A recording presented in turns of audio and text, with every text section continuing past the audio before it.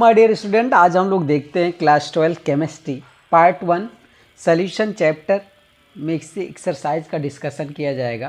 तो चलिए स्टार्ट करते हैं क्वेश्चन नंबर 1 से। देखिए यहाँ पर define the term solution. Solution term को डिफाइन करना है। How many types of solution are found, write reply about each type with an example. ठीक है, तो चलिए देखते हैं। यहाँ पर हम लोग इसको एक्सप्लेन करता हूँ। देखेंगे यहाँ पर तो सॉल्यूशन क्या होता है। Homogeneous mixture of two or more than two pure substance. ठीक है, दो या दो से अधिक प्योर सब्सटेंस का होमोजीनियस मिक्सचर होता है, जिसे क्या बोलते हैं आप सब, सॉल्यूशन। अच्छा, सॉल्यूशन किससे मिलकर के बना होता है? Solute plus solvent. सॉल्यूट के अमाउंट लेस अमाउंट में होता है, लार्ज अमाउंट में होता है। ठीक है, टाइप्स ऑफ सॉल्यूशन की बात कर लेते हैं। तो on the basis of different state of solute and solvent, solution are of three types mainly: gaseous solution, liquid solution, solid solution.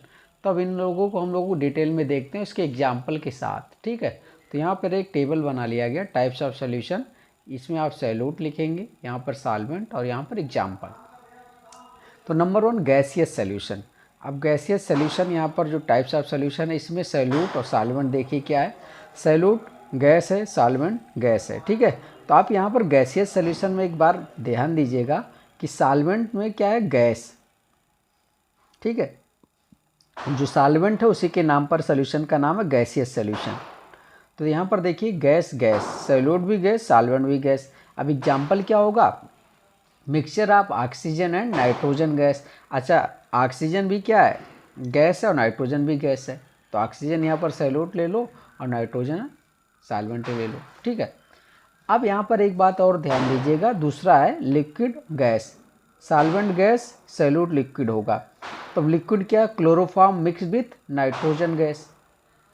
ऐसे सॉलिड लेंगे अब सॉल्यूट और गैस लेंगे सॉल्वेंट, तो कैम्फर इन नाइट्रोजन गैस। ठीक है, यहाँ पर आ जाएगा कपूर नाइट्रोजन गैस में। एक बात ध्यान दीजिएगा आप सब कि यहाँ पर देखेंगे तो जो गैस सॉल्वेंट लिया है ना, इसमें सब नाइट्रोजन नाइट्रोजन देखिए कॉमन है, तो याद करने में थोड़ा आसानी होगा। ठीक है, ऑक्सीजन का नाइट्रोजन के साथ, chloroform in nitrogen, camphor in nitrogen, तो इससे आपको थोड़ा सा लर्न करने में आसानी हो जाएगी। ठीक, उसके बाद हम लोग देखते हैं अब सेकंड में कौन सा, लिक्विड सॉल्यूशन। ठीक है, तो लिक्विड सॉल्यूशन में आप देखेंगे यहाँ पर सॉल्यूट क्या, गैस, सॉल्वेंट क्या, लिक्विड है। तो लिक्विड सॉल्यूशन में सॉल्वेंट हमेशा लिक्विड लिया गया है, ये ध्यान दीजिएगा। यहाँ पर सॉल्यूट अगर गैस है तो ऑक्सीजन डिजॉल्व इन वाटर। अब यहाँ लिक्विड शब्द का देखो वाटर लिया जाएगा। ठीक है, तो ऑक्सीजन डिजॉल्व इन वाटर। ऐसे लिक्विड लिक्विड लेंगे, ethanol dissolve in water, ethanol liquid है। ठीक है, ऐसे सॉलिड लिक्विड, तो glucose dissolve in water, glucose solid है, उसको वाटर में डिजॉल्व करना है। ऐसे आप देखेंगे तो सॉलिड सॉल्यूशन में क्या होगा, अब सॉल्वेंट यहाँ पर सब में सॉलिड लिया जाएगा। ठीक है, तो गैस सॉलिड का, तो solution of hydrogen in palladium, और यहाँ सब मेटल लिया जाएगा। देखिए पैलेडियम लिया गया है, मेटल लिया, सोडियम लिया गया है, गोल्ड लिया गया है। तो मेटल जनरली क्या होते हैं, सॉलिड होते हैं।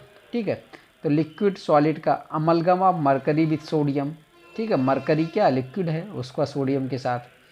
ऐसे कॉपर डिजॉल्व इन गोल्ड, तो ये आपके पास हो जाएगा। ठीक है, अब क्वेश्चन नंबर 2 यहाँ पर देखेंगे, तो क्वेश्चन भी लिखा है यहाँ पर, और एनसीईआरटी में भी आप देख सकते हैं। Give an example of solid solution in which the solute is gas. Solid solution का एग्जाम्पल दो जिसमें सॉल्यूट क्या हो, गैस हो। तो अभी हम लोगों ने डिस्कस किया, वहाँ से भी आप नोट कर सकते हैं। तो सॉल्यूशन ऑफ हाइड्रोजन, यानी सॉल्यूट यहाँ पर लेना है, हाइड्रोजन गैस है, इन पैलेडियम, सॉल्वेंट पैलेडियम होगा। तो यहाँ पर ये देखिए गैस इन सॉलिड का एग्जाम्पल है, हाइड्रोजन गैस इस प्लेटिनम पर लिया गया। ठीक है, प्लेटिनम ले लो या पैलेडियम ले लो। ऐसे यहाँ पर देखो H2 गैस किस पर है, सॉल्वेंट क्या है, पैलेडियम, ये सॉलिड है और ये गैस है, तो यहाँ पर ये हो जाएगा। क्वेश्चन नंबर इसका थर्ड क्या है, इसमें टर्म को डिफाइन करना है। Define the following term: mole fraction, molarity, mass percentage. तो चलिए इन सबको डिफाइन कर लेते हैं हम लोग। सबसे पहले हम लोग मोल फ्रैक्शन को काई से रिप्रेजेंट करते हैं, और देखिए मोल फ्रैक्शन क्या होता है। The ratio of the number of moles of one component, ठीक है, ratio of the number of moles of one component, वो चाहे सॉल्यूट हो और solvent, to the total number of all the component present in the solution. Formula क्या है, mole fraction of a component equal to number of moles of the component upon total number of moles of all the component. यहाँ एक example ले लो, in binary mixture, binary में मतलब एक solute हो एक सॉल्वेंट हो, ठीक है, दो। If the number of moles of A and B are n A and n B, मान लो कोई ए और बी है, उसके मोल क्या है, एन ए है एन बी है respectively. The mole fraction of A तो कैसे निकालेंगे, तो मोल फ्रैक्शन ऑफ ए जिसके निकालने हो उसके मोल ऊपर, तो एन ए के मोल ऊपर upon total mole n A plus n B, ठीक है।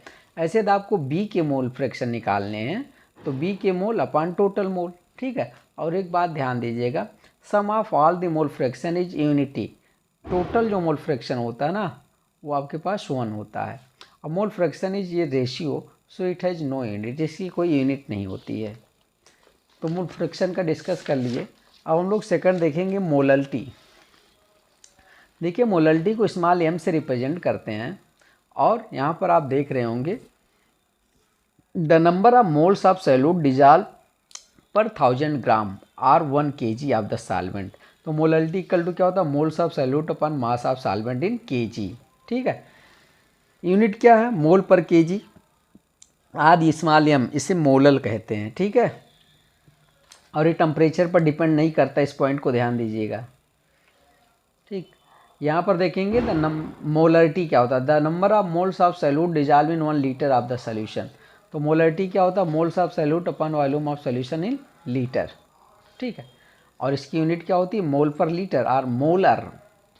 और ये टेम्परेचर डिपेंडेंट होता है, ये ध्यान दीजिएगा, ये आ जाता है तो ये टेम्परेचर डिपेंडेंट होता है, इस बात को ध्यान दीजिएगा, टेम्परेचर डिपेंडेंट होता है। नेक्स्ट आपके पास, जबकि मोलरिटी क्या होता है, टेम्परेचर इंडिपेंडेंट होता है, और मोल फ्रैक्शन भी टेम्परेचर इंडिपेंडेंट होता है। Mass percentage weight by weight यहाँ लिया गया है, mass of the solute in gram present in 100 gram of the solution, mass percent of solute, mass of solute upon mass of solution into 100। चलिए question number अब हम लोग देखते हैं 4, और 4 में क्या कह रहा है, यहाँ पर देख लेते हैं। एनसीईआरटी की क्वेश्चन को मैं रीड करता हूँ पहले।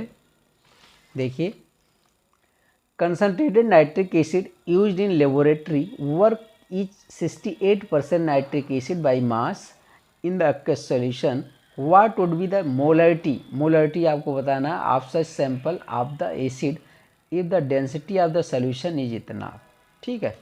डेंसिटी दिए हम मोलरिटी बताना है, डेंसिटी दिए तो वॉल्यूम यहाँ से पता कर लेना हम लोगों को। तो चलिए देखते हैं, 68% HNO3 बाई मास मीनिंग क्या होता है, 68 ग्राम HNO3 present in 100 gram of solution, ठीक है। Mass of nitric acid, HNO3 का मास कितना है यहाँ पर 68 ग्राम, और मास ऑफ सोल्यूशन कितना है 100 ग्राम, ठीक है। मोलर मास HNO3 का निकाल लीजिए तो 63 ग्राम पर मोल आ जाएगा, और नंबर ऑफ मोल्स निकालने के लिए small w by small m, तो 68 बाई 63 ये मोलर मास है, और एक गिवन मास है जो यहाँ पर दिया हुआ है। तो यहाँ से आप मोल निकाल लेंगे, किसके मोल निकल गए आपके पास, HNO3 के। अच्छा, गिवन डेंसिटी ऑफ सोल्यूशन दिया 1.504 ग्राम पर ml, ठीक है। तो वॉल्यूम ऑफ सोल्यूशन पता चल जाएगा ना, मास अपॉन डेंसिटी, मास कितना 100 ग्राम अपॉन डेंसिटी यहाँ कर दिया, तो यहाँ से वॉल्यूम पता चल जाएगा कितना आ रहा, वॉल्यूम 66.5 ml। अच्छा ml आ रहा तो इसको लीटर में चेंज कर लेंगे, तो कितना आ जाएगा 0.0665 लीटर, ठीक है। अब मोलरिटी मुझे बताना है, तो मोलरिटी इक्वल टू क्या होता है, moles of solute upon volume solution in litre, volume of solution in litre, ठीक है। तो यहाँ पर अब रख देंगे मोल्स, हम लोगों को यहाँ पर पता ही चल गया था 1.079, और यहाँ से वॉल्यूम पता चल गया। तो इसको सॉल्व करने के बाद मुझे मोलरिटी पता चल जाएगा। देखिए यहाँ रख दिया गया। अच्छा, यहाँ पर 3 स्थान के बाद डेसिमल है, तो इस पॉइंट को हटाएंगे तो नीचे 310 यहाँ लिख सकते हो आप सब, ठीक है। ऐसे 4 स्थान के बाद है तो ऊपर देखो 410 लिखा है। अब इसको काटोगे, एक यहाँ से चला जाएगा, यहाँ से चला जाएगा, आपके पास ऊपर 10 केवल बचेगा ना, और ये ऐसे करेगा तो इसको सॉल्व करने के बाद आपके पास आ जाएगा 16.23 मोलर, या इसे मोल पर लीटर भी बोलते हैं, ठीक है। तो यहाँ से आपके पास ये हो गया। अब हम लोग क्वेश्चन नंबर 5 की बात करते हैं। क्वेश्चन नंबर 5 में थोड़ा सा बड़ा है, इसमें 3 स्टेप में हम लोगों को इसको कंप्लीट करना पड़ेगा। चलिए देखते हैं क्वेश्चन नंबर 5, पहले रीड करते हैं हम लोग एनसीईआरटी बुक से। A solution of glucose in water is labelled as 10% weight by weight, ठीक है। What would be the molality, molality आपको बताना है, and mole fraction of each component in the solution, प्रत्येक कंपोनेंट का सोल्यूशन में mole fraction बताना है। अच्छा, if the density of solution is 1.2 gram per ml then what shall be the molarity of the solution, मतलब आपको molarity बताना है, मोलरिटी बताना है, मोल फ्रैक्शन बताना है। तो चलिए यहाँ पर हम लोग देखते हैं, पहले इसकी मीनिंग समझ लीजिए क्या कह रहा है, ठीक है। 10% weight by wait solution of glucose in water means होता है 10 gram of glucose present in 100 gram of solution, ठीक है, ये इसका मतलब है। अच्छा, calculation of molarity of the solution, पहले मोलरिटी हम लोग कैलकुलेट करेंगे। तो मास ऑफ ग्लूकोज कितना भी है, 10 ग्राम है। मास ऑफ सोल्यूशन कितना है, 100 ग्राम है। तो सोल्यूशन में से ग्लूकोज का मास कम कर दीजिए तो मास ऑफ सॉल्वेंट आपको पता चल जाएगा 90 ग्राम। अच्छा, 90 ग्राम को किलोग्राम में चेंज कर लो तो 1000 से डिवाइड कर दिया तो 0.09 किलोग्राम पता चल गया। अच्छा, मोलर मास ऑफ ग्लूकोज का कितना आएगा, फार्मूला क्या होता है ग्लूकोज का, C6H12O6। तो यहाँ से देखिए, एक कार्बन का एटॉमिक मास 12 होता है, ठीक है, हाइड्रोजन का 1 होता है, ऑक्सीजन का 16 होता है। तो यहाँ से मोलर मास कितना मिल जाएगा, 180 ग्राम पर मोल। अच्छा, मोलरिटी का फार्मूला क्या था, moles of solute upon mass of solvent in kg। अच्छा, यहाँ से मोल्स निकालने के लिए N/W/kg से लिख सकता हूँ। मोल कैसे निकलेगा, गिवन मास अपान मोलर मास, ठीक है, और यहाँ W kg, कैपिटल W। तो बस 10/180 कर देता हूँ मैं इसकी जगह पर, और यहाँ पर 0.09 kg था यहाँ पर, ठीक है। तो बस इसको सॉल्व करने के बाद अब इसको मैंने ऐसे लिखा, देखो 10/180 नीचे कर दिया, इनटू यहाँ पर पॉइंट हटाया तो 2 10 मैंने ऊपर किया, ठीक है। तो मेरे पास यहाँ पर कुछ ऐसा आने वाला है। फिर यहाँ से एक 0 से 0 कैंसिल कर दिया तो 100/18 × 9 आ रहा है, ठीक है। इसको आप सॉल्व करेंगे तो आपके पास क्या निकल कर के आ जाएगा, मोलरिटी कितना आ जाएगा, 0.617 मोलल, या इसे मोल पर केजी बोल सकते हैं, ठीक है। चलिए, मोलरिटी फर्स्ट स्टेप हम लोगों ने कैलकुलेट कर लिया। अब मुझे मोल फ्रैक्शन बताना है। मोल फ्रैक्शन कितना, किसका, ईच कंपोनेंट, मतलब ग्लूकोज और वाटर दोनों का मोल फ्रैक्शन हमें बताना है। तो चलिए देखते हैं, calculation of mole fraction, solute and solvent both, ठीक है। Number of moles of glucose 10/180 करोगे इतना आ जाएगा मोल, ठीक है। Number of moles of water, water solvent कितना था, 90 ग्राम, तो 90/18 करोगे तो 5 मोल आ जाएगा। अच्छा, मोल फ्रैक्शन आप ग्लूकोज निकालने हैं तो ग्लूकोज के मोल ऊपर अपन टोटल मोल यहाँ कर देंगे, ठीक है। तो आप देख रहे होंगे ग्लूकोज के मोल यहाँ से हम लोगों ने नोट कर लिया है, और यहाँ पर इस ग्लूकोज का मोल प्लस वाटर का मोल। अच्छा, अब यहाँ पर देखोगे तो डेसिमल यहाँ पर सेम प्लेस पर, तो यहीं से हटा सकता हूँ, बट आप ऐसे करोगे तो यहाँ पर 55 गुणे यहाँ पर, यहाँ 3 डेसिमल है तो 3 10 नीचे, यहाँ भी है तो 3 10 ऊपर लिख दिया गया है, ठीक है। इसको सॉल्व करने के बाद 0.01 आ जा रहा है इसका, किसका, मोल फ्रैक्शन आ जा रहा है ग्लूकोज का, ठीक है। ऐसे मोल फ्रैक्शन आप वाटर निकालोगे तो मोल्स ऑफ वाटर के ऊपर अपन टोटल मोल करोगे, ठीक है। तो यहाँ से आ जाएगा 0.99, इसका मोल फ्रैक्शन वाटर का आ जाएगा। अच्छा, एक बात आप जानते हो कि सोल्यूशन में जो सभी कंपोनेंट का मोल फ्रैक्शन होता है 1 होता है, तो chi A plus chi B equal to 1 हो जाएगा। तो मोल फ्रैक्शन आप वाटर यहाँ लिख लो और मोल फ्रैक्शन आप ग्लूकोज लिख दो, दोनों को जोड़ दोगे तो 1 आ जाएगा, ठीक है, ये हो जाएगा। अब हम लोगों तो थर्ड स्टेप में मोलरिटी पता करना है। मोलरिटी, तो मोलरिटी की बात करते हैं। चलिए, डेंसिटी दिया है, वॉल्यूम दिया नहीं था। चलिए देखते हैं, यहाँ पर मास ऑफ सोल्यूशन कितना था, 100 ग्राम, ठीक है। डेंसिटी ऑफ सोल्यूशन कितना है, 1.2 gram per ml। Volume of solution कैसे निकालोगे, मास अपॉन डेंसिटी, मास इतना दिया, डेंसिटी दिया, यहाँ से वॉल्यूम पता चल जाएगा। कितना आ रहा है, 83.33 ml। इसको लीटर में चेंज कर लो, लीटर में आ गया, कितना आ गया, 0.0833 लीटर आ गया। अच्छा, मोलरिटी का फार्मूला क्या होता है, moles of solute upon volume of solution in litre. अच्छा, यहाँ पर रख देंगे तो मोल्स पहले निकाल लो ग्लूकोज का, 10/180, यहाँ से आप आएगा 0.055 मोल आ जाएगा, ठीक है। अब मोल जब आपको पता चल गया तो मोल्स रखेंगे upon volume of solution in litre. इसको आप देखेंगे तो यहाँ पर 3 स्थान और यहाँ पर 4 स्थान है, तो यहाँ पर मैंने यहाँ से डेसिमल को हटा दिया, ऊपर 1 10 लगा दिया। ठीक है, इसको सॉल्व करोगे तो आंसर आ जाएगा 0.66 मोल पर लीटर। ठीक है, रफली आप इसे 0.67 मोल पर लीटर लिख सकते हैं। एनसीईआरटी में सोल्यूशन कितना है, 0.67 मोलर है। ठीक है, तो यहाँ पर और डेसिमल तक लेकर जाओगे तो राउंड ऑफ करके 67 कर दिया जाएगा। तो आज हम लोग देखें 5 क्वेश्चन। ठीक है, thank you for watching. Question number 6 का डिस्कशन करेंगे। सोल्यूशन चैप्टर का एक्सरसाइज चल रहा है। How many ml of 0.1 molar HCl are required to react completely with 1 gram mixture of sodium carbonate and sodium bicarbonate containing equimolar amount of both। तो इसमें कह रहे हैं क्वेश्चन में कि how many ml of 0.1 molar HCl are required to react completely with 1 gram mixture of sodium carbonate and sodium bicarbonate containing molar amount of both, दोनों के मोल equal हैं। ठीक है, तो चलिए इस क्वेश्चन हम लोगों का 2-3 स्टेप में होगा। तो यहाँ पर हम लोग देखते हैं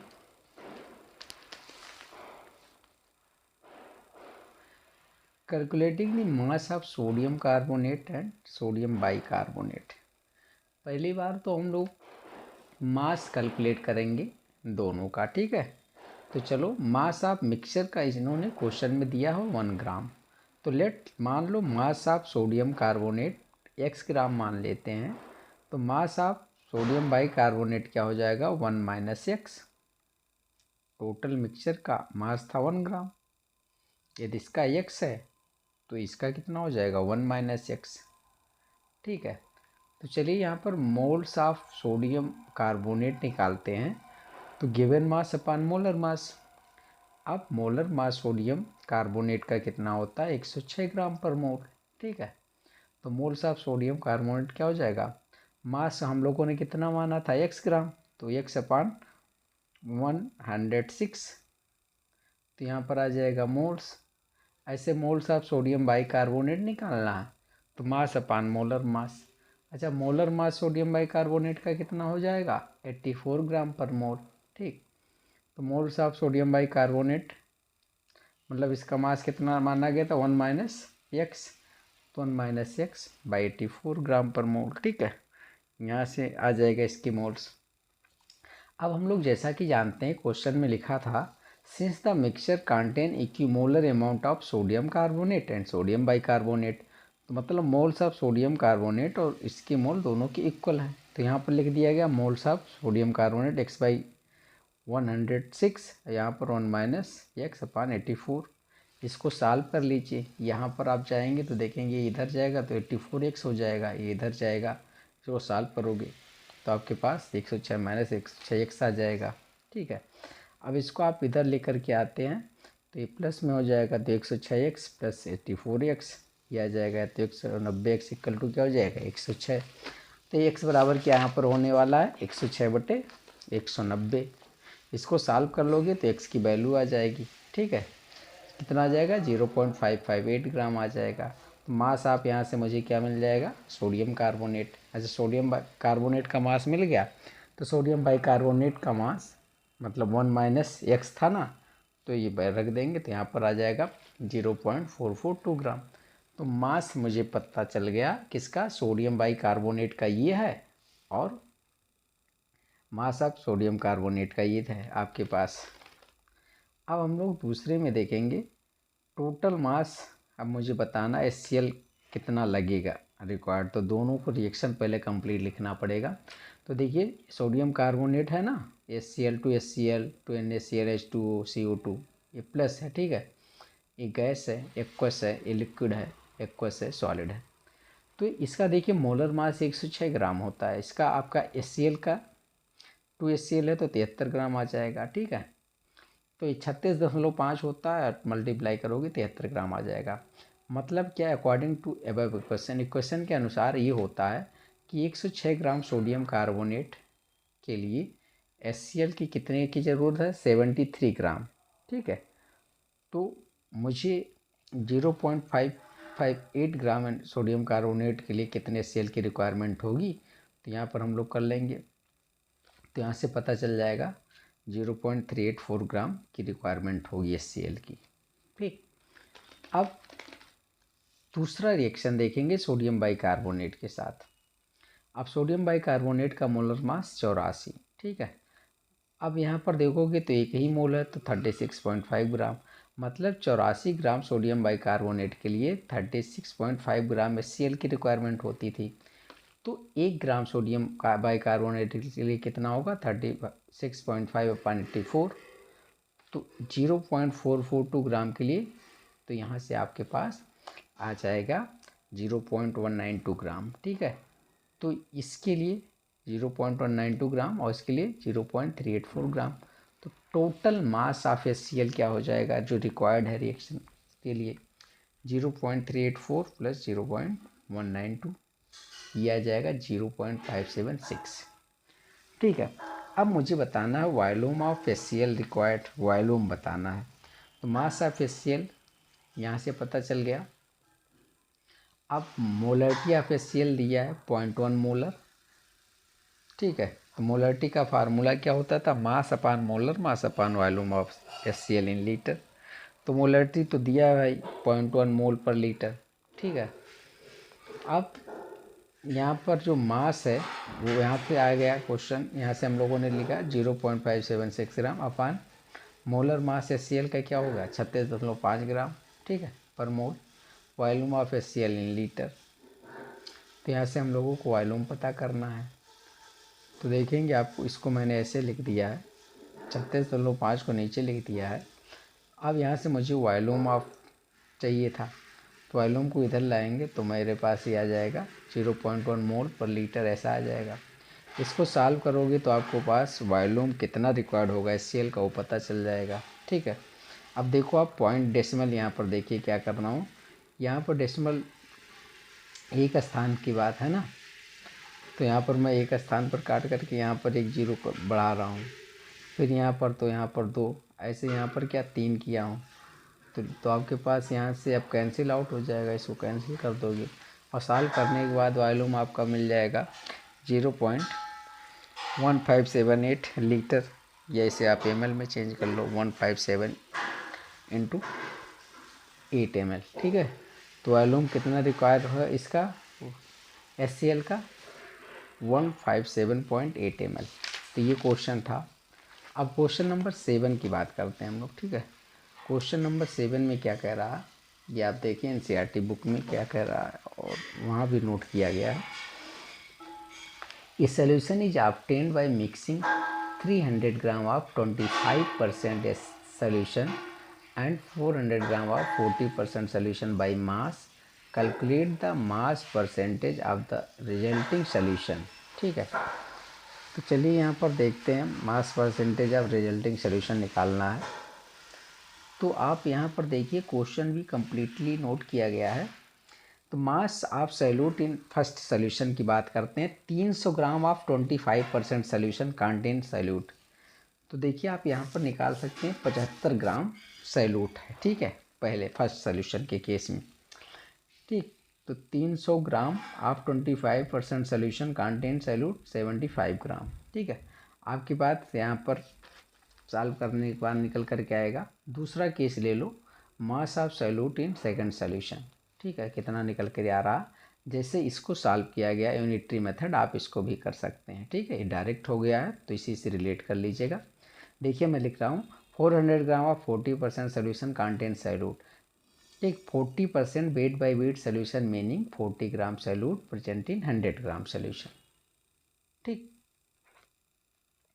तो यहाँ पर देखोगे मतलब 100 ग्राम सोल्यूशन में ये 40 ग्राम सॉल्यूट है, तो 1 ग्राम सोल्यूशन में 40/100 ग्राम सॉल्यूट होगा। तो 400 ग्राम सोल्यूशन में कितना सॉल्यूट होगा 40/100 गुणे 400, तो 160 ग्राम सॉल्यूट होगा। ठीक है, अब यहाँ पर 160 ग्राम है और वहाँ पर 75 ग्राम मिला था सॉल्यूट। ठीक है, तो आफ्टर मिक्सिंग बोथ सोल्यूशन, दोनों को मिक्स कर दीजिए, टोटल मास ऑफ सॉल्यूट आ जाएगा 75 प्लस 160 मतलब 235 ग्राम।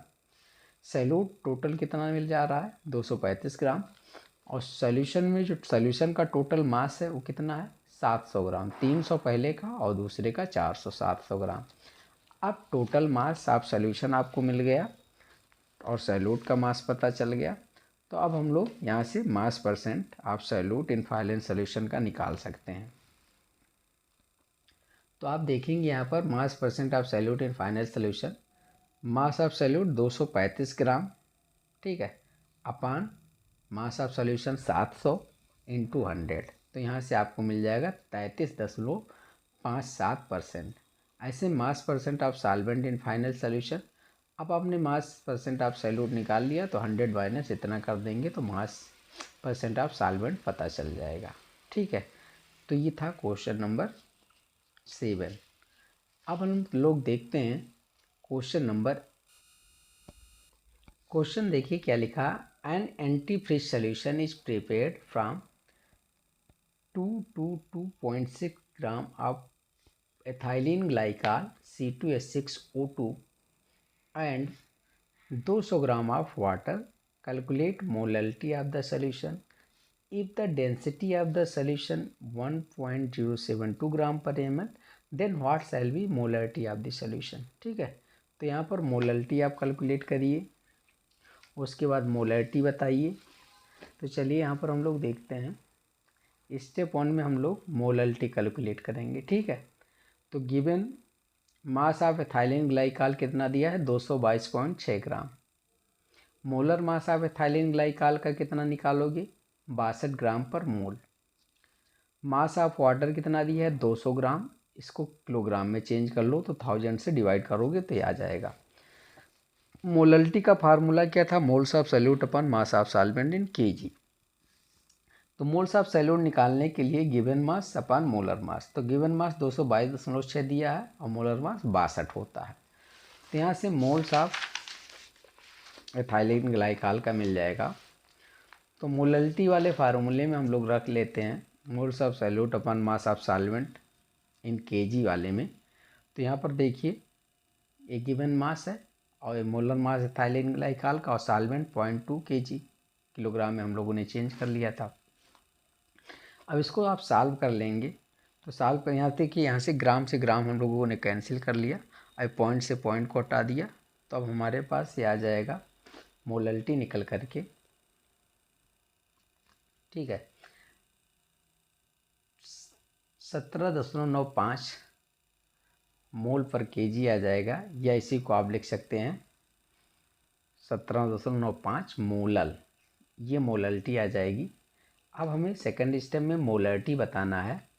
तो मोलैलिटी बताने के लिए यहाँ पर डेंसिटी दिए हैं क्वेश्चन में 1.072 ग्राम पर ml। तो मास ऑफ सोल्यूशन क्या हो जाएगा, 222.6 ग्राम प्लस 200 ग्राम, मास दिया 422.6 ग्राम। अच्छा, वॉल्यूम मुझे पता करना, मास अपान डेंसिटी कर देंगे तो वॉल्यूम पता चल जाएगा। तो यहाँ से आपको मिल जाएगा वॉल्यूम। तो वॉल्यूम यहाँ पर ml में मिलेगा, इसको लीटर में चेंज कर लोगे, 1000 से डिवाइड करोगे तो 0.3942 लीटर आ जाएगा।